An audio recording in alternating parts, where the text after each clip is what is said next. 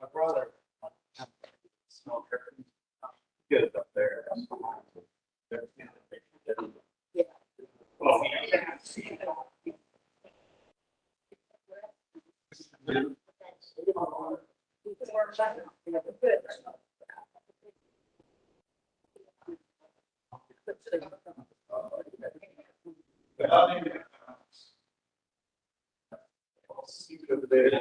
Thank you.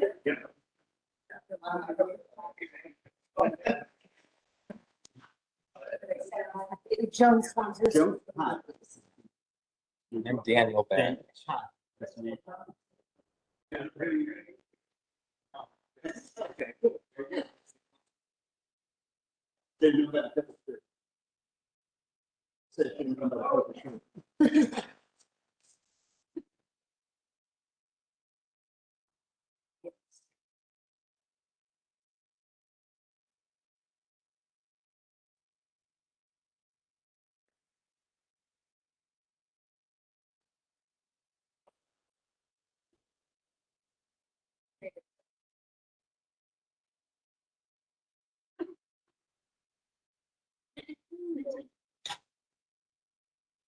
So I don't know if they said when you guys came in, there's coffee and stuff over there, and then restrooms are out that door behind the steps. The doors behind the steps, not don't go behind the steps. So. Appreciate it. Thank you. I think they said that there were some late arrivals, so we're going to give them a couple minutes before we get started.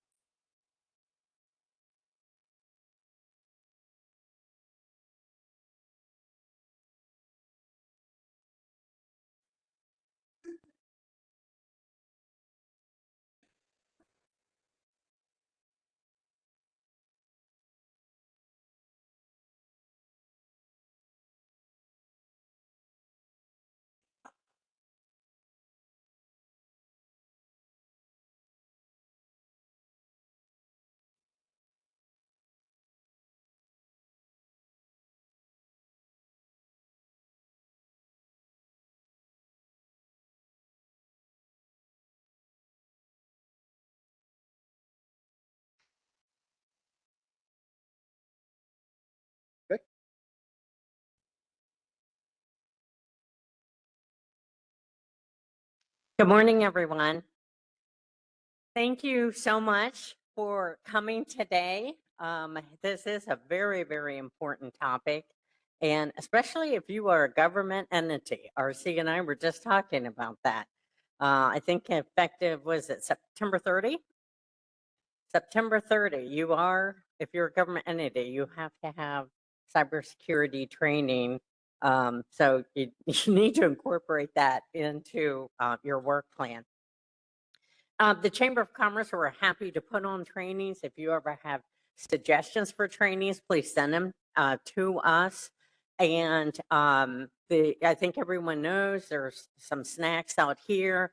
And if you head toward the beautiful American flag on the wall, that is where the beverage room is, beverage station. So help yourself. Restrooms are go toward the entrance lobby and on the other side of the stairs. Yep. Yeah. Other side of the stairs. So obviously, if you need to get up or take a call or something, you can do that. Of course, we want to thank Ariel Corporation for allowing us to use their training center. Thank you very much, Chris, if you'll pass our appreciation on to that. Just one more announcement, and I guess everyone probably knows that we will be moving, and just as an update, it's getting closer. So we'll probably be moving about mid-September, but obviously when we do, we'll blast that out to the members and we'll do a press release and all of that. So we're really excited. It's just beautiful new offices for us, and we will be having our own ribbon cutting. We'll make sure everybody's invited that. And my last little reminder is the chamber is having Kegs and Corks Fest in downtown Mount Vernon, September 27th on a Saturday. All the information is on our website. And we are also looking for volunteers. So if you're a person who likes to pour or work a station, let us know. You can sign up for that. There's a volunteer sheet. You can sign up, do that. But we also hope that many of you will attend. So if you have any questions about any upcoming events or just anything at all, anything the chamber can help you with, reach out to us. And Stephanie, she was greeted everyone that come in, Debbie, myself, we're happy to help you in your business. So with that, it's my pleasure to turn the class over. Chris Pete is the Vice President of Computer Services at Ariel Corporation. Chris, thank you again for joining this training. So I'll turn it over to you. Yep. Thanks. Hello, everyone. As Carol said, my name is Christopher Pete. I want to thank you guys all for coming out today. This is a very important topic to me and to my company, and I think needs to be an important topic to the community at large. So I appreciate you guys taking time out of your day. I want to say a couple things up front to kind of set some ground rules. One, this is a conversation. So if you guys want to hear me talk for 90 minutes, I'm more than happy to do that, but it's going to get old, I guarantee you. So please ask questions. This isn't a sales thing. I hate going to seminars and then you show up and there's some guy pitching products. I purposefully left product names out of here as much as possible. If you guys have questions or looking for recommendations, I can provide that. I've also invited Logan Daniels and Luke Mickley, who are from my security team. If you guys have questions or want to get into technical details, these would be your resources. So, and they're also here to keep me honest, make sure I'm not telling you guys any myths. So please speak up if you guys have anything to add. So let's get into this. This is by no means a comprehensive training. Nothing exists out there that's totally comprehensive, that's soup to nuts, everything you're going to need in cybersecurity. What we're going to talk about today is really the fundamentals, the things that you need to be doing, every business, every person should be doing in their life to protect their data, protect their identity, and ultimately protect their business and family. So we're going to talk through those fundamentals. I've provided some handouts here that the purpose of that is to really give you kind of a roadmap or a jump start. So it's a framework. We'll talk a little bit more about this if we've got some time, I'll walk through the spreadsheet with you guys. But the purpose of that is to provide you a roadmap to build a cybersecurity policy for your company. A few people I was talking to were saying, yeah, we need to do that. We have a requirement for that. So this should help you moving in that path. And it's something, if you don't have one, I would recommend. And we'll get into that in a little bit. So before I get into intros, I'd like to know how many of you, businesses you work at, whatever, have had a cyber incident that has impacted your business? I'll raise my hand. You guys should probably raise yours. Yeah, okay. Okay. How many of you had any business disruption because of this? Anyone care to share how many days? How many days? A week? A month? Anyone else? 3 days? Ours was about 3. Our recent one. So yeah, think about that. Now, we would all love a month-long vacation, 3-day vacation, whatever it might be. But I doubt any of us can really handle a disruption like that in our business. And depending on the business, that can completely eliminate the business from existence. You know, something like this can put you out of business rather quickly. And at the very least, it's going to impact your business. It's going to impact your employees' morale. It's going to impact your customers' confidence. It's going to impact really any partner's confidence in what you're doing. And like I said, that's just beyond the regular disruption. So we're going to get into the basics that you can take in your life to really secure your data.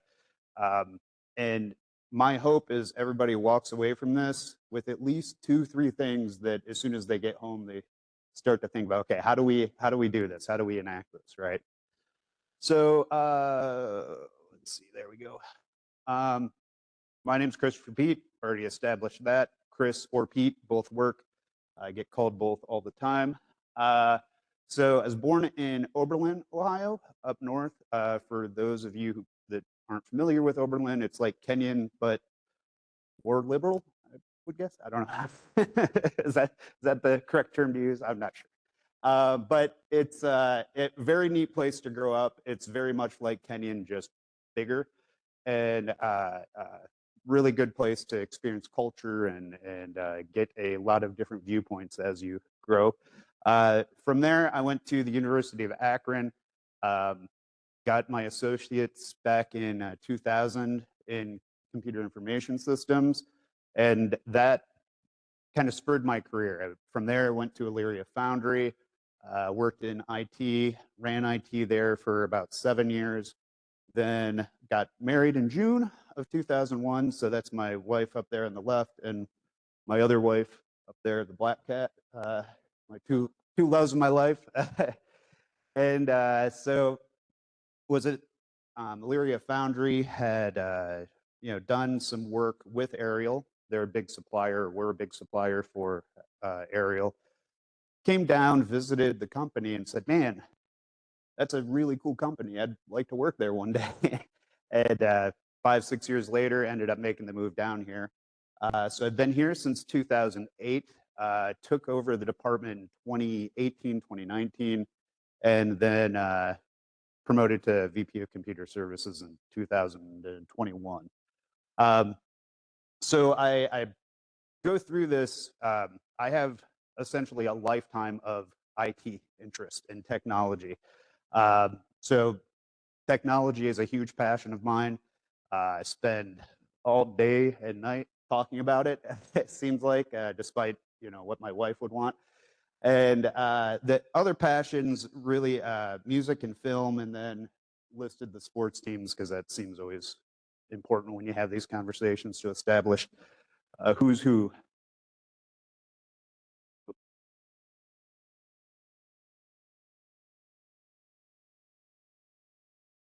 Okay, so Ariel, I'm sure You guys are all familiar with a small business here in Mount Vernon, Aerial Corporation.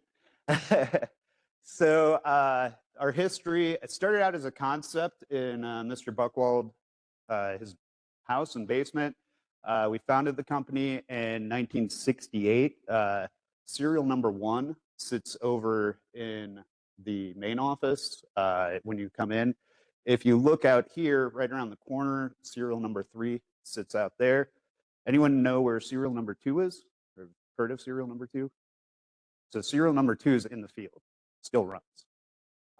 We are a company that makes a product that runs forever, and that's our goal at least. And so we have 1 over there, 3 here. When we found 2, they were like, "Hey, are you guys interested in buying it?" We're like, "No, keep it out there. That's a way better story than us having it sitting in a showroom, you know?" So I bring that up because that is something that's ingrained in everything we do here. We are very focused on the quality, the longevity of our product, and we instill that in all of our teams. That's when we build a system here, we're not building something that is looking to run for the next year, year and a half. We're trying to get 5, 7, 10 years out of whatever we're doing. And in the software world, that's tough. You have a lot of patching that has to be done. Technology changes, threats change all the time. We're dealing with that right now as we're moving some services over. So, you know, it's something that this culture and this approach, we instill that in all of our departments. So finishing through here, 1978, we moved to Blackjack Road. 1980, I was born, not part of Ariel's official history, but I think it should be. 2001, Karen took over the company. I'm sure we're all familiar with Mrs. Wright. And when she took over, that began like the real growth of the market. Like natural gas just boomed during that period. And so she oversaw that growth and expansion of the business. We grew outside of Mount Vernon. So we have an Akron facility that opened in 2008. And then we have another facility in Heath that opened in 2016. And then we've done expansions there since. So we have a very large landscape, geographically separated, that adds a lot of complexity then. 2016, we celebrate our 50th and our 50,000th compressor. So 1's over there. 50,000 was built in 2016. 2024, we just built serial number 70,000. So we've grown a lot since Mr. Buchwald's basement. So, as I said, passions here, quality, compression is a big one, very important to us, and people. And that's a lot of what we're going to talk about here has to do with people. So, the people. We're family owned, 3rd generation. Alex Wright is my boss and our current president.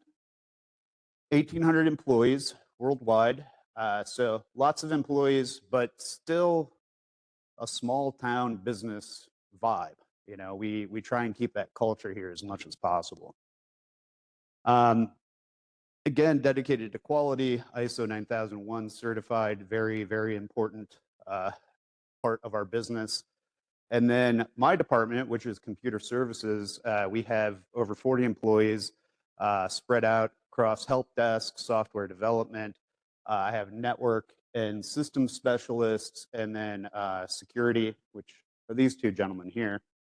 On top of that, we kind of take care of everything that plugs into a wall here, as we clocks, AV equipment, whatever it is. So I have a lot of specialists in some very unique areas.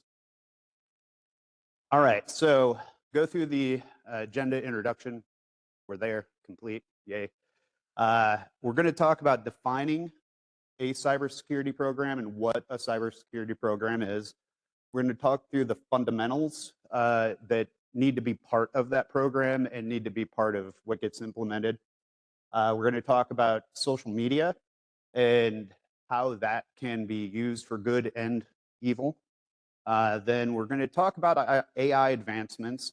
Again, I'm not here to pitch a product. I'll talk about some concepts there. If you guys have questions on a specific product, we'll try to answer those, but it's like not a sales pitch.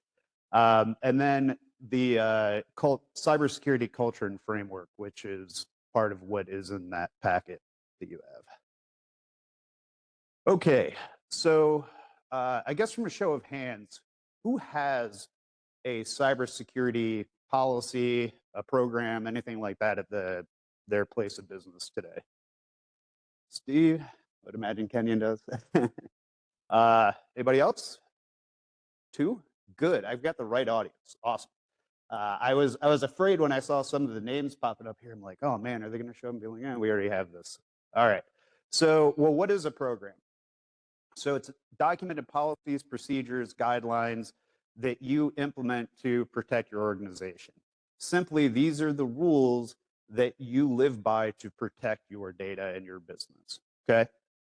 And more importantly, it's an actionable, operational type of policy. You don't want this to be a policy of a bunch of complex words that nobody follows. You want it to be, this is how we live, and our rule set states as much, and even the rules that we have applied in systems or wherever else are enforcing those rules where possible. So but simply it's writing down what you say you're going to do and then hopefully doing it. So how do you start? Well, when you look at any cybersecurity framework, if it's not the number 1 item, it'll be the number 2 item, and that has to do with asset inventory. Okay, now that sounds kind of boring and really like, well, why does that matter? You can't protect what you don't know that you have, or you don't know what's on it, right? So if you have a piece of equipment that is critical to your business, you need to first identify that, say, okay, this is the process that we have. Say it's processing an order, right? So when an order comes in, I need to use this tool that runs on this piece of equipment to process that order. All right, good. That is a critical piece of equipment that you've identified. Now you need to start asking the questions then of how is that protected? What happens when that goes down? Say you have a point of sale thing that runs on a tablet. Tablets break. People drop them, whatever it might be. Do you have a backup? Do you know how to get one right away? Do you know how to put the software on that you need for your point of sale system? If you don't know that, who knows that? And is that somebody that you can rely on when something bad happens? So it's not just about like, hey, when you've been hacked, here's what you do. This is, hey, these are critical functions. So are we protecting those critical pieces? And then, so once you've identified all of those things, and that includes what systems you might use, again, what software is part of your daily operations, what hardware is part of that, any partners that you work with, like who do I need to be in contact with during this thing, and what do they have that's critical to my operation? Are they doing what they need to be doing to protect that? And then also identifying how you, like, what is your goal? Because maybe you can identify, hey, this is a system that really isn't all that important. It's say it's a sign up for raffles. Yeah, maybe I should back that up, and I plan on doing that one day, maybe not today. So where do you document that? Where's your reminder to go back and say, okay, I've accepted this risk. Now, when do I plan on actually fixing that or remediating that, whatever it might be? So this gives you a very easy to put together a broad picture of what's critical to your business.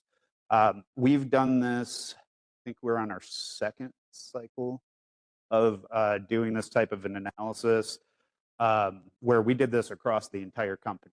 And at first, when we start talking systems, I know everybody's eyes glaze over and they're like, oh, okay. Yeah. But the way that we approached it was, okay, what are our business processes that are critical? What are the things that we need to be able to do? We need to be able to purchase materials. We need to be able to machine those materials. We need to be able to assemble them. We need to be able to ship them and then, hopefully get paid for that one day. And so you look at that and say, okay, what does it take to procure stuff? What do we need to do that? Well, I log into SAP. Okay, SAP is critical. Where's SAP reside? It runs on this thing. Okay, that's a critical piece of hardware. And you just start working through those processes, and it makes it really easy to identify that. We did this again across the entire company with different department leads, none of them IT people, and they gave us a list that was 99.9% of what we needed to know. So it's very doable. You guys are familiar with how you do your job every day, so you are going to be the best to analyze that. Okay, so that is getting the list of what do we want to protect, but how do we do that? And so we'll get into the fundamentals of the how. And part of that, and the biggest thing that I've seen, is ownership. So none of us, well, I guess we kind of are IT professionals, but I don't expect everybody in here to be an IT person, right? So you might have somebody hire, or somebody that you are contracting with, or somebody who's an IT service provider. That's good, bring in experts where you need them, but also you should have access to those administrative accounts, or understand at least how to gain access. There was an incident 2-3 years ago, happened right around Christmas. I think some of you are familiar with it, really across Knox County. That morning that it happened, I think it was maybe the 19th, 20th of December. My phone, I was off. We were preparing for our department Christmas party, and my phone starts blowing up, and it's from a bunch of numbers that I've never gotten a call from, and so take a call from Gary Roller, I think, called me first, and then I got a call from the courthouse, got a call from the police station, not for the stuff I normally get called about from those places, but they were all very concerned about, hey, we've got this data, we can't access it. We were using this service provider, and a lot of people in the community were using that service provider. And I asked the same question to every single one of them when we first talked, and that was, okay, do you know where your backups are? I don't know if we have backups. Okay. Do you know how to get into the system? Like, can you log in to the administrative council? No, they do that. The guy that's not answering the phone? Yeah. Okay, well, you're gonna have to wait. Like, there's nothing, you've now hit the roadblock. There's no advancement from that point forward. So it's very important when, if you're going to hand off that responsibility to somebody that and trust them, and have a high degree of confidence that you can rely on them to pull you out of the fire when needed. So where having that ownership up front is very, very important. Identify, document where your most sensitive information is. So this goes a little bit even beyond the asset inventory. This is really looking at, like, hey, I have, social security numbers or credit card numbers or whatever that information might be, and I'm storing it in this Excel spreadsheet on my desktop with no password.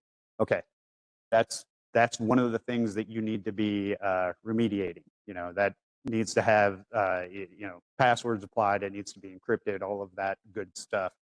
But if you don't have that inventory to start, you don't know where that data is. Again, you can't protect that. We talked about backups and retention policy. Again, as a business owner, you need to know and verify that those things are happening. If you don't have something today, get something right away. It could be the most important thing coming out of this. So again, know where those are located, and just because your stuff is in the cloud doesn't mean it's being backed up. That's a false pretense that people get of like, oh, we've moved our stuff to the cloud, don't have to worry about that anymore. No, they're not backing it up. If you want to go back to a certain point of time, you're going to need to take responsibility for that. So that's on the ownership side. I think those are concepts that, as a small business owner, it's non-technical. You don't have to have some advanced training in IT.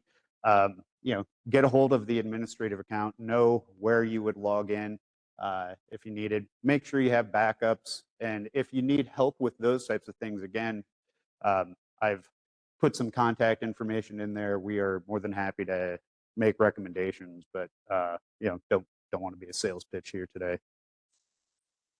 Any questions on that? Or move on to next piece here. Okay. So the next fundamental after ownership are passwords. Everybody loves passwords.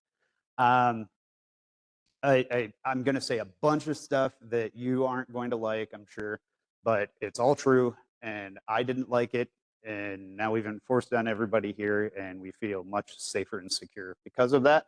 So these are the things that you need to really commit to. One, having a strong password policy. You need to have this for all of your employees. I would hope if you're working at a larger company, they already have this in place. But I do know of some small businesses, I won't name names, but when I go to help them on some things, they've got like a 4-digit password to log into a point of sale system. Probably not something that you'd want to do, or if it were my business, I would want to have in place. So what is a strong password? 12 characters is kind of the minimum today. That's where it becomes much harder to crack through manual means. Should contain all 4 character types, not just one of or 2 of or something like that, but really all 4. The more complex that you make that the casing and character set, that just expands all the possibilities. A criminal is going to have to try to crack that password. Okay, so a little bit of a misnomer here is that if you have a password that's super complex and is gibberish, that's the way to do it. Not really. So I put 2 passwords up here. There's one of a bunch of random characters, which is shorter and much less secure than something like "my dog is brown" with a few different, the O's replaced by a 0 in that. It's something that you can easily remember, but it's still going to be way more secure than just having a 5 or 6-digit random generated password.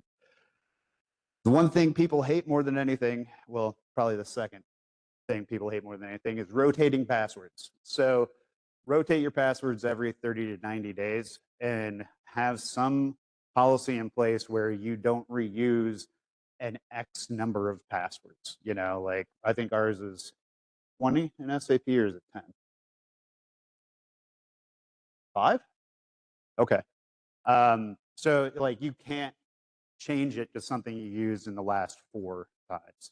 Good practice to have that. At least guarantees that people aren't just changing it to a 1 every time that they have to change it or something like that. The most important thing after password length and complexity and rotating is do not reuse passwords, whatever you do. How many of you are reusing passwords between any accounts today? Everyone? Yes. Okay. Don't do that. especially on anything that's sensitive. So it's one of those things where you're like, well, why? I mean, they would have to guess that I have an account over here to be able to log in if I just have these two accounts.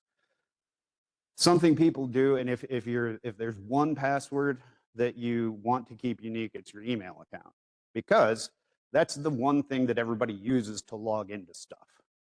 So many different times you have to log in with either your Apple account, your Microsoft account, whatever it might be, and a lot of times that's your email and it's attached to that. So hacker guy, send you spam, you enter a credential attached to this email address, and now I can access your email. Man, that gives me a whole new world of accounts to access. All I got to do is scan through and be like, oh, there's a Facebook account. Here's a username. There's this account. Oh, look, they're a Huntington customer or Chase customer, whatever it is. Cool.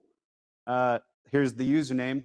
Let me guess what their password might be. If you're reusing that same password from your email address to all of these other sensitive accounts, now they have access to the whole world. And that is one of the most common ways you see people's lives get ruined by this stuff, is because they're reusing these passwords across all of these accounts. You're just inviting them to, once they get one, you're inviting them to take over the rest of them.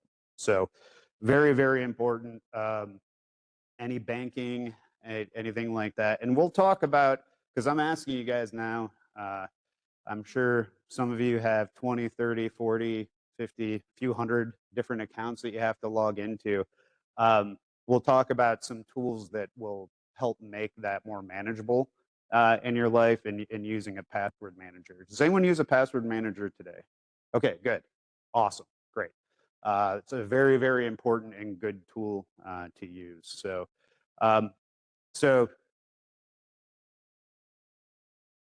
okay. Mm-hmm. Mm-hmm.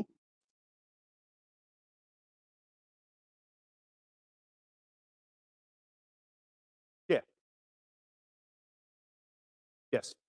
We'll talk about this. The next step in that. So the question, for those of you who don't know, and I should have said this was the other ground rule that I forgot to say up front. If I say anything technical, or I start using acronyms, which I hate, I get on my guys about all the time of throwing out all these 3-letter acronyms when you got non-techies in the room. So if I start doing that, please correct me. If I'm throwing out a term or I mention a concept, just ask me to explain. I try as much as possible not to. But so what a password manager is essentially that. You can put in usernames and accounts for different websites. They'll do some of the MFA authentication pieces as well, like the tokens that are required for that. And to use one of these, you have to have a password, which, okay, well then how do you secure something that's managing all of your passwords? You're kind of putting them in one spot. There was an article, was that guy working at Disney? The one that I sent? Yeah, I think it was. Okay. So there was a guy, it was a couple months ago, because we use one specific password manager. And I looking at the Wall Street Journal one day, and I'm like, oh, Disney got hacked because of somebody using this password manager that we use. Oh, what happened? So you start reading about that. And you realize that, like, yeah, there were some things that related to the password manager that got involved. There's also a lot of other things going on, but the biggest way to protect that is the concept that we're going to talk about next here, and something that we do. And so let me get through this slide really quick. This is the only eye chart, I promise. Why is password length super important, and why are matching cases super important? So we're going to talk about AI in a little bit. This is using ChatGPT. So this is the number of characters, so the length of the password. Somebody using a numbers only password of 14 characters, ChatGPT could crack that instant. Like, that's how fast this computing power is. Like that, it's incredible. today, and it just keeps going up. Now, a lot of the guidance that we see is 12 is okay, but 16 is better. And so, but you see as you move across here, so this is numbers only, this is lowercase letters only, this is upper and lowercase letters, numbers upper. So the password doesn't have to be nearly as long as the complexity changes, but that sweet spot really is in that 12 character limit, because at 12 characters with just a number, upper, lower, letter, and symbol, it took 8 months to crack that, versus if it were just numbers only, it's instant. So these are the tools, and this is how the tools are being used by criminals today. Everybody is always waiting around to see, like, what good can we do with technology, while the criminals are exploiting it immediately. So as soon as these services became more widely available, I mean, we've seen a lot of traction on the criminal element side of things. So this is why password length is important. Some of you, if you guys have IT staff, now you can go back and tell your IT people, now I understand why you make me create these stupid passwords all the time. So, okay. So this was the next part that I wanted to talk about, and this will answer the question on how to secure your password manager. So multi-factor authentication, it's been around for quite a long time. If there is, if you've listened to the first two parts of this, and I've talked about backups and these inventories and passwords, and you go, yeah, we do a lot of that stuff. This is the topic then. If you're not doing this, if you don't have MFA kind of spread across all of your accounts, figure out how to get that done. This is how you can limit somebody accessing your accounts without you knowing. Not perfect, but works pretty well. So everybody does online banking, I assume. So you guys have all been doing MFA for a long, long time with your bank accounts, right? They send you a text message with some number. They tell you never to share it over the phone until you call them, and then they text you a number and tell you to share with them, but that's a whole other thing. So when you go through that process, that's multi-factor authentication. Most of the world today is moved out into like the Microsoft landscape or an AWS landscape. A lot of those enforce this right out of the gate. You have to have this. But where we see it kind of lagging is in accounts that either people have an older piece of software that they run on their servers, or their Windows account that they log into their computer. So, it's the one way, though, that you can patch if an account is compromised. You're not going to have somebody looking at your IT systems all the time. So if you have an account that doesn't have multi-factor authentication set up, when somebody logs into that and they use the wrong password or whatever, they can just keep trying. Once they hit, they're in. And then that's it. You don't know, the computer doesn't know, was that Chris or was that some guy over in Romania? When you're using a multi-factor method, there's another piece that has to come into play during that login process. Some people have key fobs. I know that it'll have a number on it. That's kind of the old school way. Most everybody with a mobile phone, they'll have a text message that comes to it, or something we point out here is MFA, or multi-factor authentication products that are out there in the market. Google, Microsoft, Cisco, they all have a product that can be used. I think I've used all three of those. Does anybody use any of those vendors? Yes? All right, good. So that is my preferred method, is to sign up for one of those services. They're free for if you have a Microsoft account, you get Authenticator, same with Google. The reason to use that versus the SMS or the text message that you get, that there's ways to subvert the SMS text message. There's ways to trick people into either sending that message back to them, or people can clone phones. There's a thing called SIM swapping where they will essentially mimic your device, and then they start getting all of those SMS text messages, right? So you want to find something that when you install this, I have to go through an authentication method, prove who I am, and then validate it so that the next time someone were to sign up for a device to try to, get your MFA token, when they sign up, you're going to get an alert on your phone that says, hey, are you setting up this device? And you're going to say no, because you don't know who it is or what they're doing. Same way with your logins then. So somebody logs in and you're going to get a text alert that says, hey, enter this number. Well, I didn't log in. Why is it sending me this?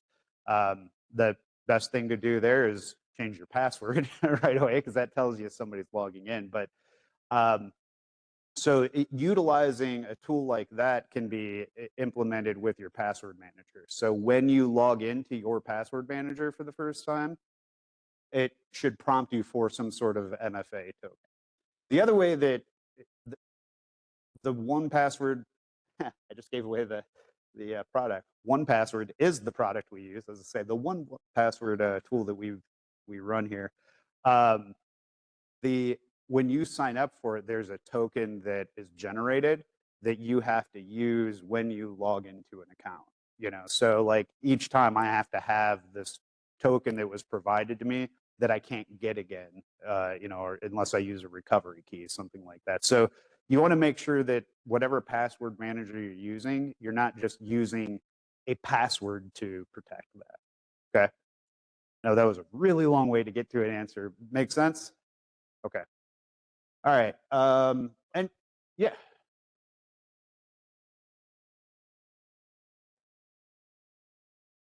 Yep. Yeah. So I have, like on my phone, I've got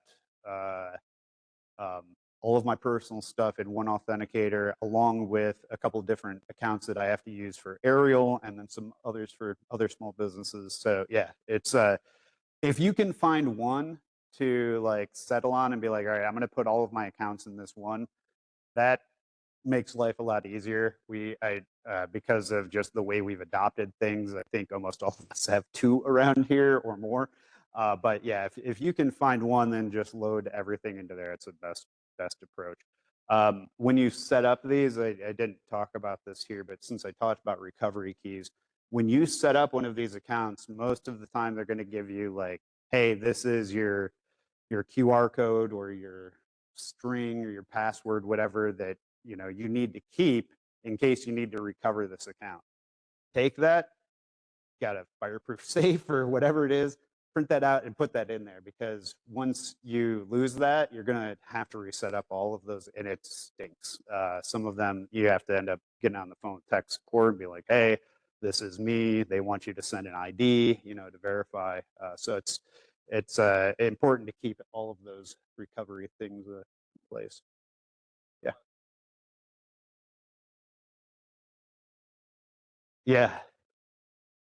Yeah, it's rough. Yeah, we've had that happen a couple of times around here, and it's no fun. Logan, I think on a daily basis, is dealing with MFA setups, and yeah, yep, yeah. You can imagine a company 1800. We get that every now and again, but it's important to keep all that stuff. And I've made that mistake before, but the fireproof safe is perfect place to keep those things. All right, any other questions on MFA while we're on the subject? Okay, we'll move on. So training. This is what we're doing here today, right? So I hate the way that they put this in most trainings. They'll say, just different derogatory terms for humans.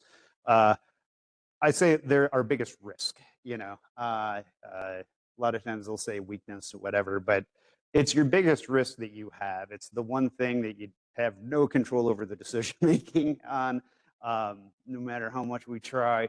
You can't make people make the right decision every time. And so mitigating that risk, it's tough. It's a very hard thing to do, but it's not impossible.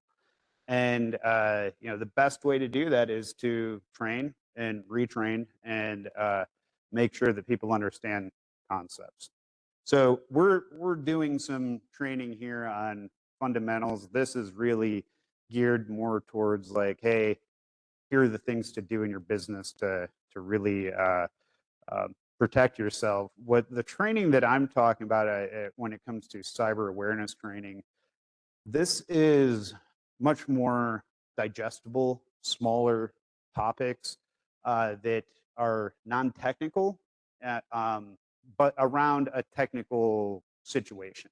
So the training should really, be something that's relatable to the people, something that they can understand and understand what the threats are. But at the same time, some way to keep them engaged because we've done compliance training around here. We have a whole laundry list of different federal training that we get to look at, and I can say that none of it's as fun as our cybersecurity training. So you can find training that will fit in and can be engaging to the employees, but it should be very non-technical and user-focused type of training. This is not IT specialist type of training. And then, there's all kinds of different topics that they talk about, but these are the big ones. Normally, social engineering. Does anyone know? I keep throwing that term out there. Is everyone familiar with what social engineering is? No? Okay, good. It is the easiest way to hack into anything, and because it doesn't require really any technical knowledge at all. Some of the biggest, most legendary break-ins normally happen with some sort of social engineering. And so what social engineering is using a social interaction or social engagement with someone to manipulate them into believing that there's a sense of security or a sense of comfort in working with this individual, and then providing them sensitive or valuable information that then they use against you and create havoc in your life. So if you look at things like the cold calls that you get, where it's some dude named Steve from Microsoft that sounds like he's in a cave.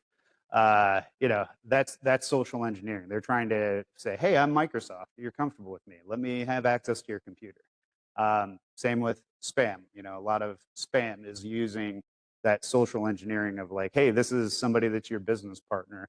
Open this file and scan this QR code and give me your bank account, whatever it might be. And so that is the biggest, most utilized way people hack into systems. It's not a computer, it's talking to people, getting them to provide you information they shouldn't be. The way that what I compare it to is like if you had two options when you're committing a crime, say we're going to rob a bank. If I could walk into the bank and just ask the teller, hey, can you give me this money? And she's just going to hand me the money and I walk out the door, or I got to walk in with a gun and scare the hell out of everybody and make a big scene. Which one am I going to pick? I'm going to pick the one where I can just walk in and the lady or person's going to give me the cash, right? So if you can find somebody who's just going to give you all the keys that you need, why spend time, creating havoc and trying to hack into a system and drawing attention to yourself when you can just walk in through the front door and get it? And so that's how social engineering is used and what it is. Phishing, smishing, business email compromise are big topics. Social network safety. We're starting to see a lot of the training that's out there have some sort of AI slant to it or AI focused to show, hey, how are these systems being abused? And then identity theft is always a big one for us. So I'll step back a little bit and talk about what we do at Ariel. So we have a provider that we use that they put together 3 to 5 minute video clips. We assign a series of these to our employees. Salaried workforce, I think, has 1 a month. Our hourly has 2 every 2 months, so it ends up being 1 a month. We just give them kind of a larger window to work through them. And so we're able to train people on, because our content provider keeps things up to date. They release a new episode every single month. So I'm able to train our employees on active threats that are out there in the world. My training's not from 2008 on, threats that were around back then. It's from last month. Hey, here's something that happened at MGM or wherever, and this is what happened. This is how they could have prevented this, and here's what you need to be on the lookout for. And then there's like a little quiz at the end. Takes 5 minutes. I've never, ever, ever had anyone on any training that I've ever done come to me and say, hey, is there a way that I can provide this to my wife and kids or my family? We have people ask about this, and we've actually set it up now so that any of our employees can log in and set up an account for their family members to be able to train them on. So if you can find a provider that does that, that is what to look for. If you can get your employees engaged enough where they want to take this work training home to their family because they feel like it's important to protect their households, you found the right thing. So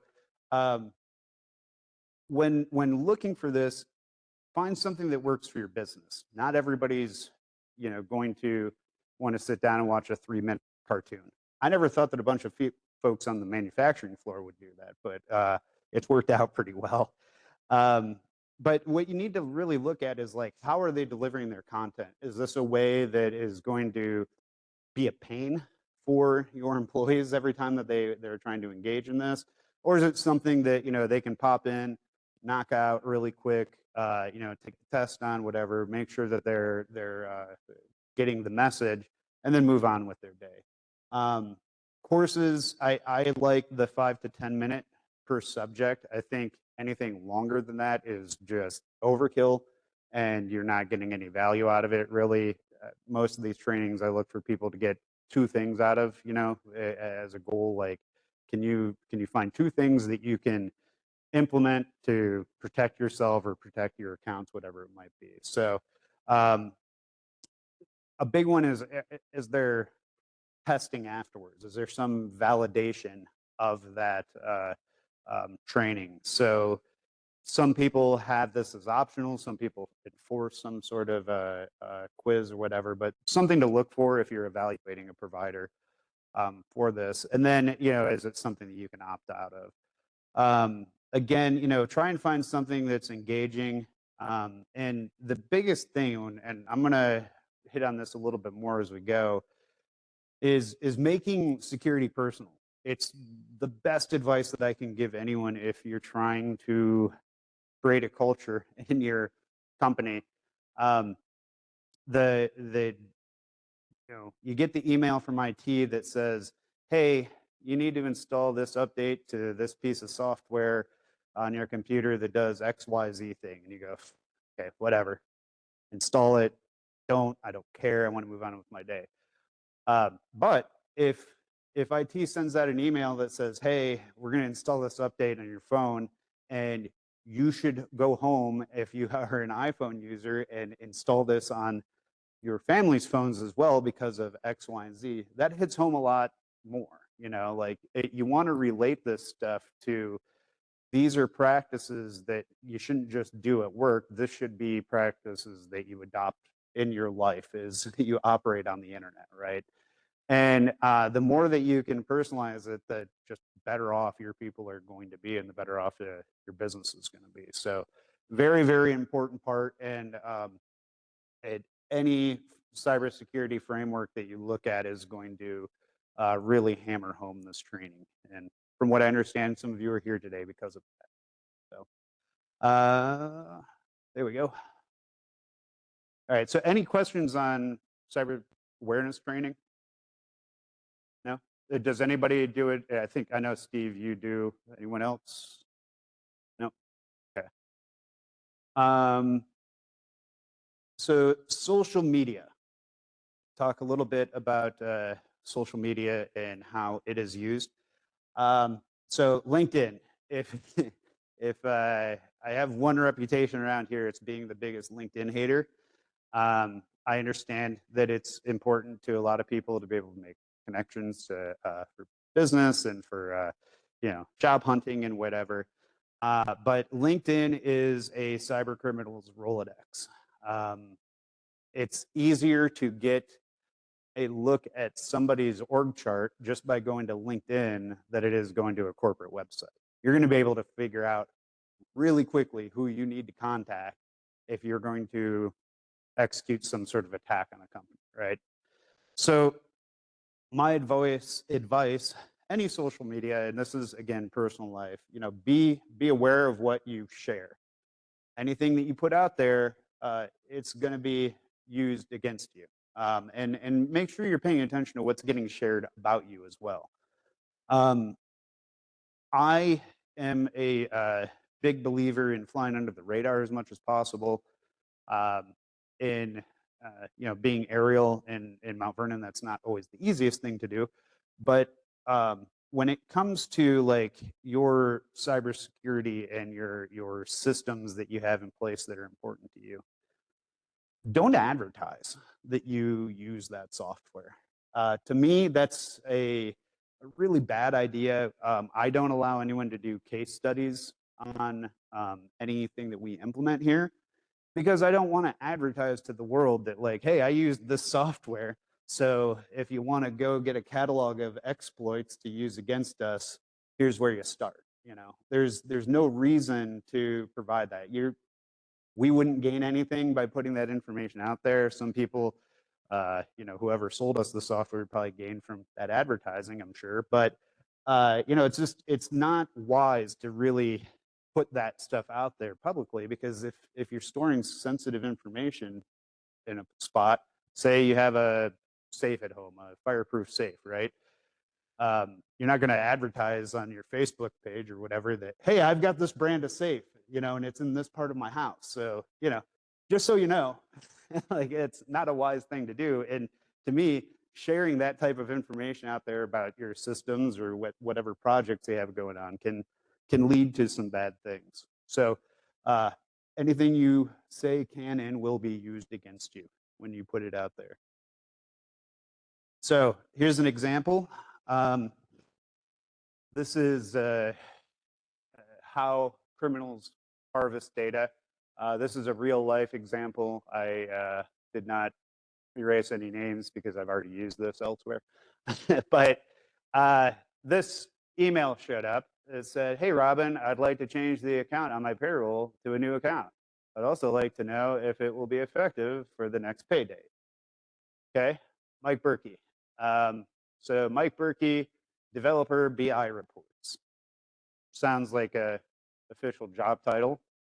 So Robin Fisher is one of our HR people, and she's the type of person that would normally get this type of email. Now, she doesn't handle the certain payroll group that Mike Berkey's in, but damn, it's pretty close. Like, she could easily forward this over to the correct group and say, hey, Mike actually reached out to me, go ahead and change this or reach back out to him, yada, yada. Robin was smart enough to take a look at this. We see that doesn't look like M. Berkey at aerialcorp.com, which is normally how our emails look.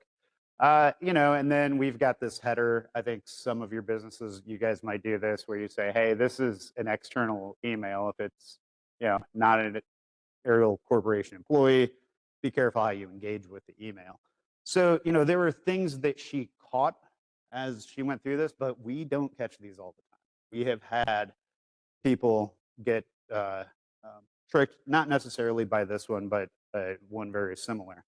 So they got Mike Berkey, he's a developer of BI reports, and they got it to Robin.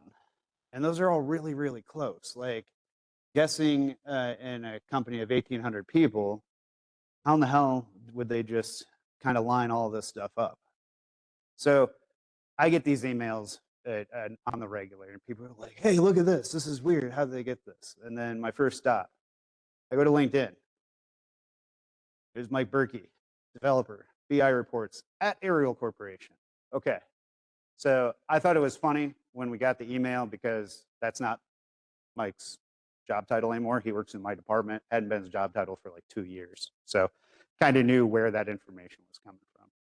So they got Mike's information from LinkedIn, but man, how did they know who to contact?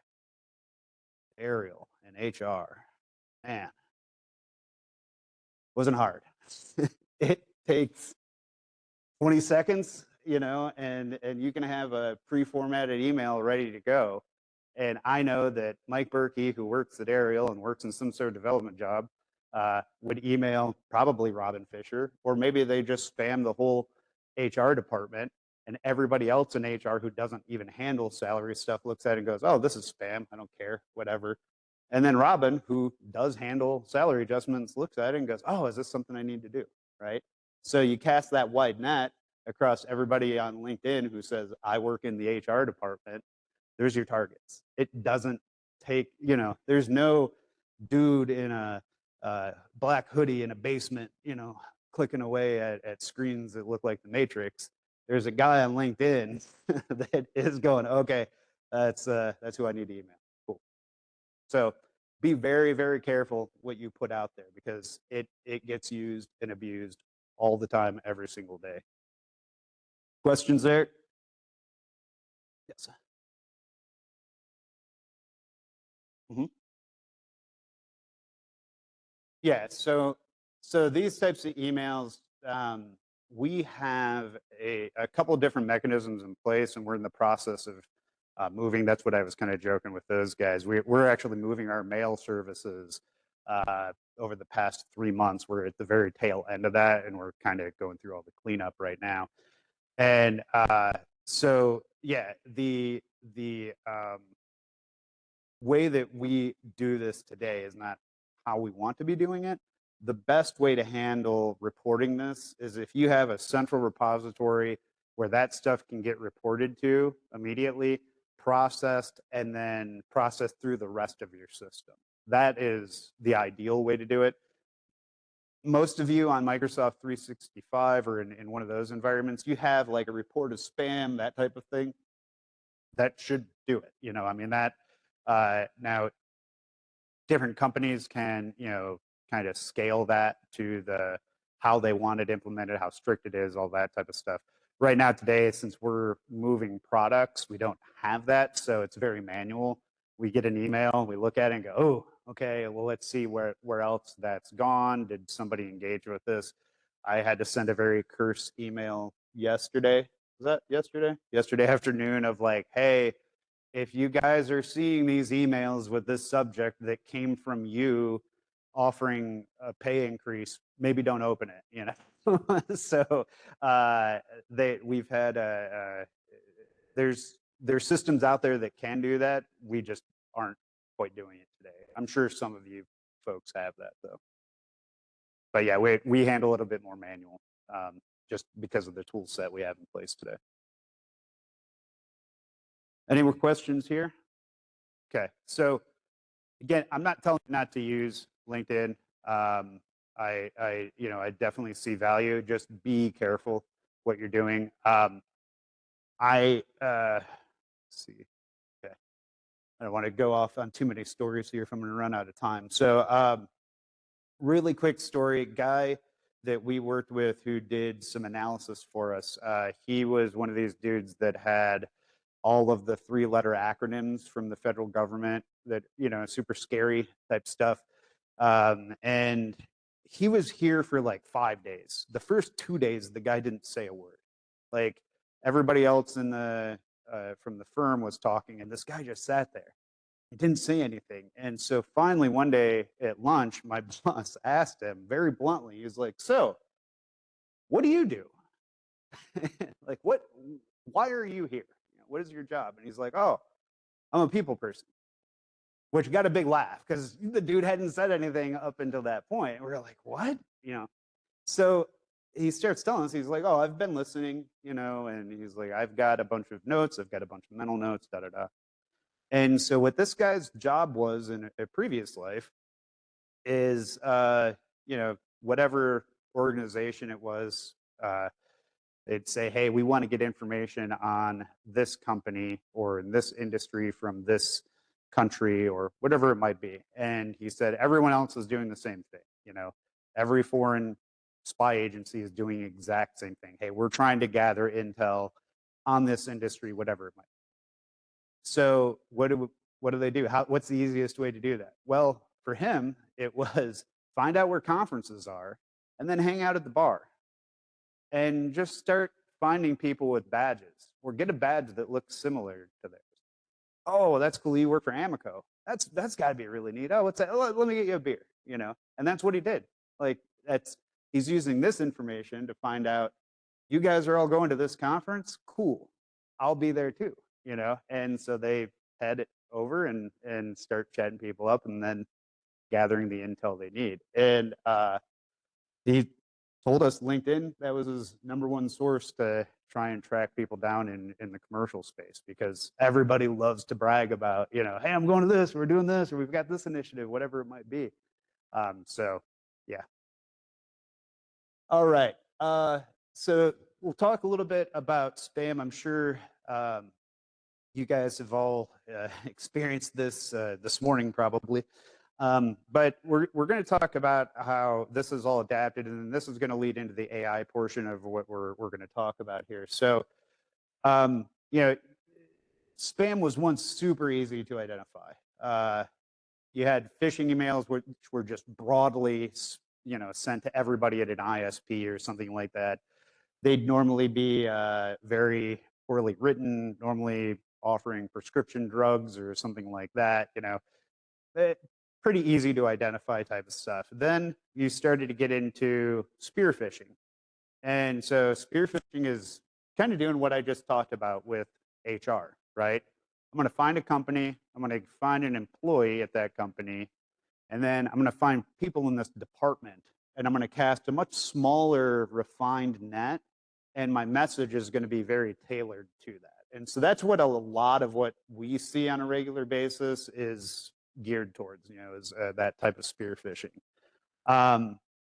You have smishing, which is SMS phishing. So the text messages that tell you have a unpaid parking ticket in Buffalo or whatever. I hear chuckle. We've all seen those, right? And then vishing, which is a new one. And it's whatever is old is new again, right? Cold calls, that used to be a thing all the time. We've all experienced that. What we're starting to see in that space, though, is very targeted and AI-driven calls that are taking place to, again, create that sense of security in who you're talking to or that sense of urgency. So the way that AI has changed all of this is, like I said, up front, it used to be really easy to identify. You'd have the Nigerian prince scam or very broken English, poor grammar, poorly formatted emails, or you get that call that sounds like it's taking place in a cave, right? Easy to identify that that guy's name's not Steve that's on the call. Things have changed, though, just in the past couple of years as language learning models and AI have become a thing. Like I said, we're all standing around going, oh, man, how do we do good stuff with this? And the criminals have already started doing bad stuff. Like they're ahead of everybody. So if you have a language learning model available, it really makes your crime a lot easier and a lot cleaner to commit, right? So instead of the Nigerian prince scam, you can log and say, hey, write me a business email asking for a payment. you know, from this business to this business, whatever it might be. Formatting emails so they sound more American English is a query that you see used. And then, you know, voice changing is becoming a real big thing. We've seen the deep fake videos and all of that type of stuff out there. Every day, it seems like those things get better, which is very cool and also very scary at the same time, you know? So what can we do, you know, with this technology that the criminals are using for bad, right? What are the things that we can be doing as small business owners in this space, and how can we use it? It's the biggest question that goes around in this space, and don't feel alone in that. So we have a couple very large partners down in Columbus that I buy stuff from, and to them, we're like a small company, right? And so they're working with guys like Cardinal and Marathon, and so talking to them like, hey, where is the spend going? Where are the big companies putting their money? So I can kind of see like, hey, where do we align with that? You know, I always like to measure ourselves. And he's like, oh, well, number one, security. Okay, good. That's good to hear. We're with them there. And number two is AI initiatives. Like, okay, they're putting a bunch of money in AI initiatives. That's cool. What are they doing? Oh, they're trying to figure it out. Okay, cool. Well, we're all in the same boat then. And so there's a lot of people that are making steps, and you're starting to see things like Copilot, what's the Google one called? Don't remember. Gemini. Yeah, there we go. You know, we're starting to see those get incorporated, like they're forcing that incorporation into different tools, which is cool. It's going to get us more comfortable with it. But they're not all ready for prime time yet. I would say that the Gemini like edition, from what I've been able to see from it, it's made Google worse because it's the first result you get is this AI that, let's say 75% is right. You know, it's not very good at interpreting. Instead of just returning to me the thing that I'm looking for, the article, so that I can read it and understand it, it's trying to summarize that article, but you know, it doesn't always understand that like maybe the word natural, organic, and fresh are not the same thing. So if you ask it about that, it'll say, oh yes, that's a fresh turkey, you know, whatever. They only use fresh turkey. Well, is it organic? Yes, it's fresh. You know, because it doesn't understand, it's not thinking, oh, is it processed through organic farming means? You know, it's like, yes, turkey is an organic material. What do you want from me? You know, so it's you know, we're seeing it head in that direction, but not all of this is really ready yet. But you know, where can we use it? What is a good job for organizing data? If you have large data sets and you want to look for anomalies in it, or you have large data sets that you want to better classify, it's a really good tool for that. You know, so say we are looking at using it in areas where our natural gas compressors have large amounts of data that are coming in from the field. All the field names and stuff are gibberish. It's really hard to understand unless you were part of the design of that software. So what we're working on is an AI tool that allows you. We've taken those columns of data and put them into a standard English. So it's like this thing means pressure, you know, in either PSI or bar. This thing means temperature, and so somebody can then log into a screen and say, hey, how many compressors ran between this temperature? Hit enter. It knows temperature is this field.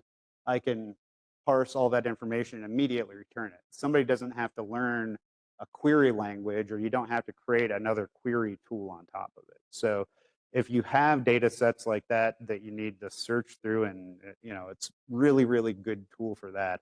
And probably where the accuracy level's higher. It's numbers are a lot harder to be interpret wrong than it is words. So refining and editing work, I think I was talking about this with guys from Fredericktown, is we see a really good use of filling gaps.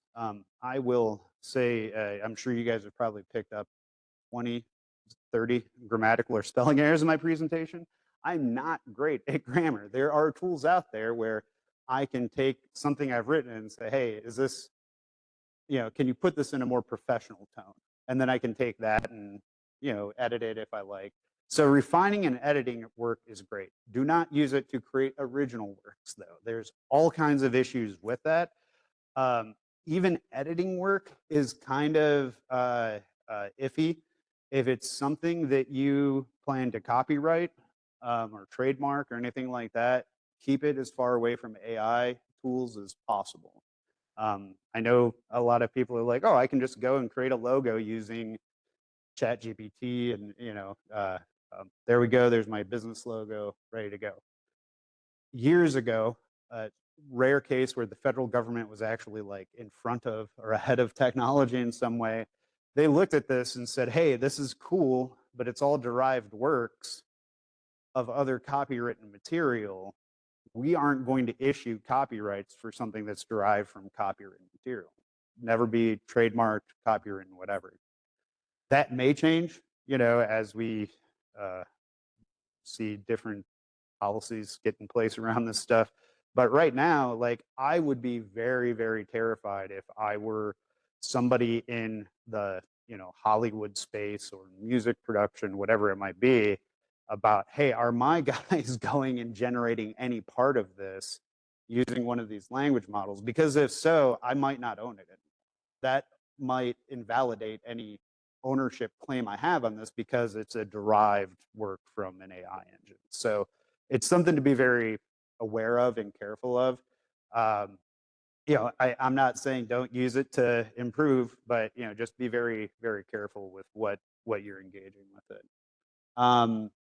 It's great for repetitive tasks. So I've seen it used in places where, like, you have a billing cycle that every time you have to go through and open these 50 Excel sheets to apply the same discount to these accounts.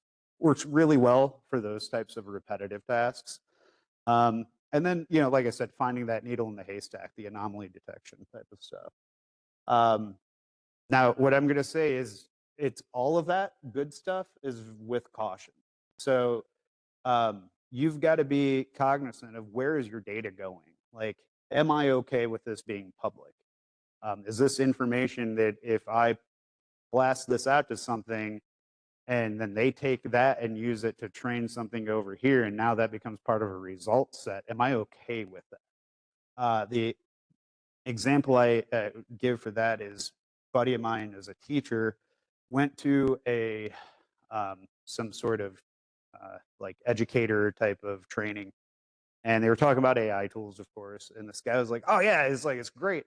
I had a student come in and ask me for a letter of recommendation for college, so I just put in all of his information into ChatGPT, and it spit me out this really good letter of recommendation for the guy. And all the teachers are like, "Oh man, that's awesome. That's a much easier way to do it." And then the principal stands up and goes, "Okay, do not put any of our students' personal information into an AI chat bot. Like, don't fill this, with like, hey, I've got this student, they're this old with this, this is where they live, whatever it is, here's their interests and hobbies, give me a letter." Like, you're just giving that engine a profile now of this person, and now it's able to use that information however it wants. So you got to be cognizant of, like, that information. Once you put it out there, you have no control of it over it. And the thing that I always talk about, I talk about this with LinkedIn too, nothing is free. So if you're using something and it's free, it's because you're the product. The information you're providing it is the product. The information that you provide LinkedIn about your business, about what you're doing, that's the product, which is you. That's why you don't have to pay for it, because they're making money on that data. So just think about that. Keep that in mind. And again, anything you say can and will be used against you. So you put it out there, it's out there forever, and you don't know what's going to happen with it. Okay, so before we move into framework piece, any questions around AI uses? Anyone doing any experimenting with it right now?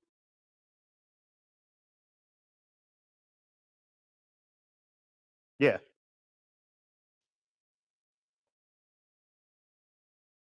Yeah. And it's cool for that. That's a really neat application and something that we're trying at right now is if you have something that's very technical or I have to imagine medical reports, very detailed and lots of information in there. It's really good at summarizing those types of reports. So we're trying some different projects around it here. One of them being with our technical data. So we have a lot of compressor technical data on how to operate it, how to work on it, that type of thing. And so it's very accurate. We're comfortable with the data. We understand the accuracy of it. We've created a model that's separate from the rest of the internet. So it's a private model. We don't have to worry about it getting used for training. But then we can ask it questions, and where we're starting to see a lot of value in it is we're a worldwide company, not only a small portion of our user base is English speaking or naturally English speaking first language. So we've been looking for a way to be able to help everyone. We can't hire support staff that speaks every language. So trying to find a tool that would work. And so what we've been doing to test out this model is actually taking questions from a Facebook group where things get asked at random around stuff in our industry and just copy and pasting and then showing it to our technicians and being like, hey, is this close? Like, is this how you would answer it? And they're like, man, it's really good. So it's able to take those pieces out and summarize really, really well. So I would agree with that. Anyone else?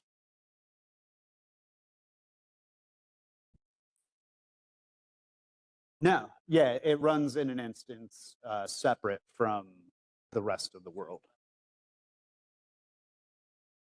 Yep, the broader, yeah. So what they take you can pick whatever model it is you want to lease or whatever, and so then you get a copy of that is used to get, but your queries never go back out to train the model, and so you have like your own little space carved out there. So it's called a RAG, is what we're using today, and it's just I don't remember all. See, I said I wasn't going to use an acronym, and then I did. But anyway, it's a private AI model for our information. So, yep.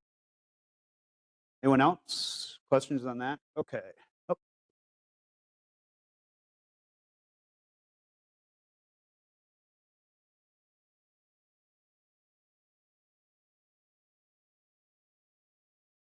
yeah. So we officially, our official line is you can't use anything right now at Ariel. We are in the process of building out a policy around it. We have some POCs in place that I've approved along the way. But it's a hard thing to control because we have done 3 different POCs that are all kind of now merging into like a larger project that of us adopting some of these tools now that we have some comfort with them, right? It's a slow process. It's resource intensive. We have deployed 3 different teams at different times to kind of come together with this larger initiative. And so I can see companies taking that approach because that's really been our approach. We wanted to get in front of it though, to be like, okay, I don't want to limit what's going on in R&D. I don't want to limit what's going on in engineering. I want to enable people to do that, but enabling them is not going to be opening up the world to them. So it's been a lot of hard conversations, really, even with ownership here of like, okay, what is it that we're comfortable doing? So we've come to an agreement, or I guess the orders I've been given is that it's okay for us to explore. I can start to build some internal facing tools as long as the data never leaves our environment and as long as we're not opening up to anyone who's not an aerial employee right now. Because we want, I talked about quality up front. You can imagine it with the paranoid individuals we have around quality when they start hearing like, oh, it's 80% accurate. It's like, no, like that's impossible. We can't do that. So, so we're, trying to figure out like, can we get some adoption internally? Where are our data sets that would be valuable to do that? And then can we expand from there, right? So it's a slow process, and I don't disagree with the approach of like nothing.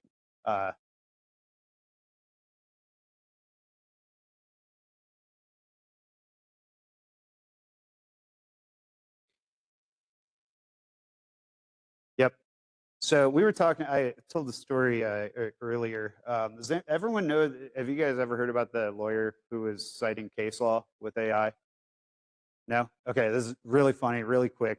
So the guy goes in for a trial. It's a federal trial, like very, very large. These are legit, well-known lawyers.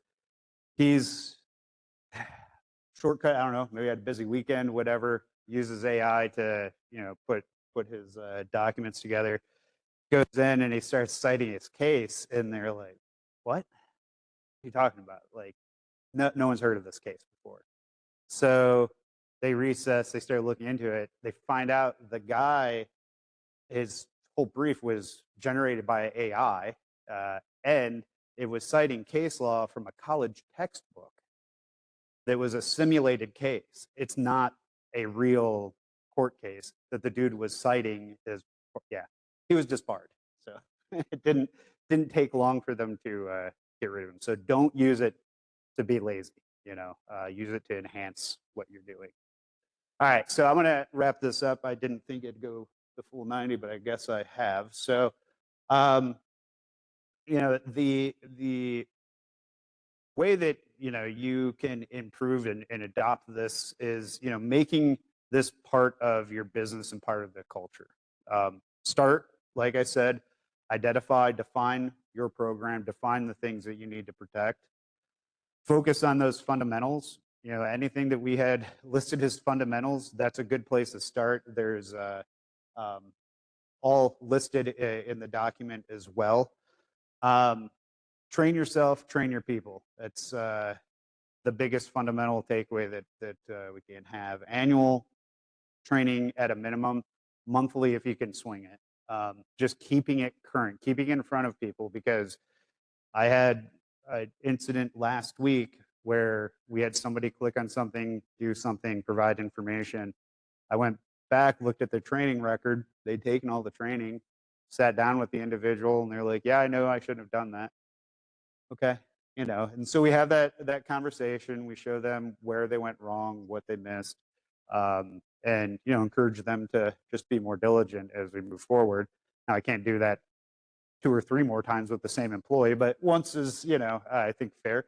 And but having that like interaction, making sure that they're getting the training is very, very important to protect your business. So and then the frameworks, there's a lot of different frameworks out there. I put some references in there. I've also put a link to the FCC's website. It's kind of like a starter for your cybersecurity policy. So you can pick which topics you actually want to implement as part of your policy, and it gives you a pretty good rundown. You put in your business name, all that information, and it gives you like a formatted, here's your policy to get started. So, but it sounds a lot easier than it is, I know. But identify, document, protect, train, and plan. So, any questions? Yeah. Okay. Good. Well, I don't think anyone fell asleep, so I appreciate that. I know it's a lot to get out there, and like I said, I wasn't sure if I would fill the time or not. Yeah, yes.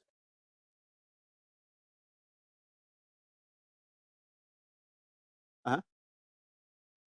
Hmm.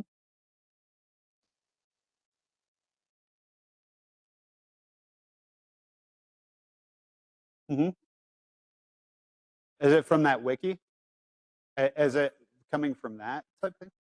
Uh, yeah, yeah, that's what I'm saying. It's pretending to be that. So that's a fun one that we've discovered recently. So they have a tool that's part of Kenyon's operational, process, right? And something they signed up for. Normally, when you sign up for one of those tools, a lot of cloud-based tools, you have what they call a DNS record. I won't get into it, but it's essentially a registry out there in the world that says, hey, this address this name of xyz.com points to this address. And you have to register that for your company whenever you set. So Kenyon has a registry like that. We have a bunch of them set up for the different applications we use. We have a product called SendGrid that we use to send out SMS messages and stuff for different software systems. I start out of nowhere, start getting these, hey, your SendGrid account's been hacked, your SendGrid account is about to expire, your SendGrid account, blah, blah, blah. And at first, it almost got me. Like, I almost clicked on the link, and I'm like, what would I be getting? I'm not even signed up for the admin side. Like, what? And then I looked at it, I'm like, oh, this is spam. And so they started hitting us with fake SendGrid emails, fake spam or spear phishing, because they looked at our DNS record and said, oh, they use this software. Let's format our phishing campaign to look like that. And any information you put out there, no matter where you think it is, that nobody's going to look, they use it. And so that's why you get the ones that look like whatever software you have. A lot of times they'll do that broadly where it's like, oh, there's a Teams message, or there's, something that a lot of people use. What's the Geek Squad? Geek Squad's a big one that, people used to see a lot of spam from.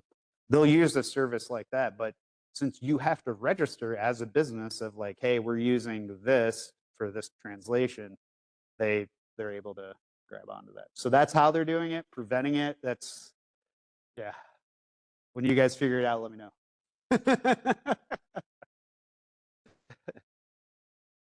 Anything else? Any other questions? So I know we went a little long, but I've got some time. If anyone's interested, we don't tour the facility here, like the manufacturing floor. We've only, in the time I've been here, we've had one time where families could even do it. So not something we do, but this building is awesome for doing tours because we have a machine shop, an assembly floor, and we can kind of show you at least a little bit of what it looks like out in the shop if anyone's interested in sticking around for that. So, okay, that's all I got.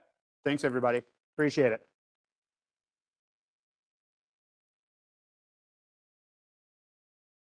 Yeah, I'll send this out to you guys.